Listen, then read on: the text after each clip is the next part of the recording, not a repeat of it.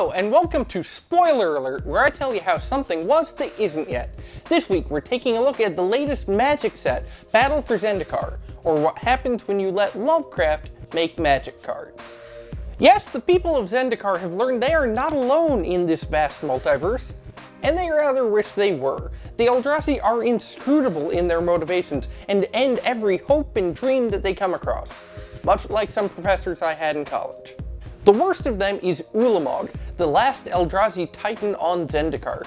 Yes, as it turns out, Kozilek of the Elbow Eyeballs and Emrakul the Flying Jellyfish O' Death have moved on to tastier planes, but Ulamog is still capable of ending entire continents by himself, not to mention he has enough tentacles to star in every hentai ever made. At the same time, he is the bane of Japanese schoolgirls everywhere. Luckily, Zendikar has its defenders, chief among them being the planeswalker Nissa Ravain, animist, summoner of elementals, controller of ley lines, basically Zendikar's equivalent of Captain Planet. Another native planeswalker is Kiora, one of the few fictional characters out there to steal from a god and not suffer horribly for it. With Thassa's magic stick, she now controls the creatures of the deep and is using them to combat the Eldrazi in ways that Aquaman has wet dreams about. Then we've got Gideon Jura, who is uniting an army to take back the city of Seagate. And this has been a job. There are a lot of people to unite on Zendikar. You've got the elves, who live in trees much like their Keebler cousins, the merfolk, who just want to be part of your world, the core, the whitest people you will find outside the suburbs, and the vampires, the blackest people you will find without melanin.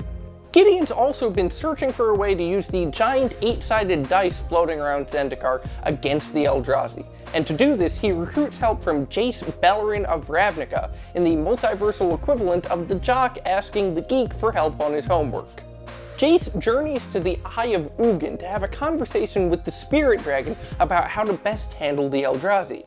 Jace thinks that they should go for destroying them, which is pretty rich coming from the guy with absolutely no destruction magic, whereas Ugin thinks that they should seal them again, basically gift wrapping them to be someone else's worst present ever.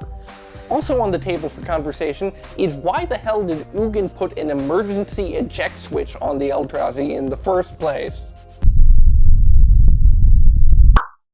Meanwhile, the titan Ulamog has finally reached the walled city of Seagate, delivering unto its residents a grim reminder that they live in fear of his overwhelming power. Where's Eren Yeager when you need it? This set ends on a cliffhanger as the allies of Zendikar attempt to seal Ulamog away in a prison of hedrons. It unfortunately does not work, and the planeswalkers have to try to find a way to evacuate the denizens of Zendikar to another plane. And they've got another world lined up. It's got floating mountains and everything. They'll be right at home. The one problem is the people of that world have been colonized before and don't take kindly to outsiders anymore. Can this difference be bridged? Find out in the movie Avatar 2: Battle for Pandora. So that's it for this week's Spoiler Alert. Join us next time as we discuss The Arrow and the Flash, part of CW's superhero universe.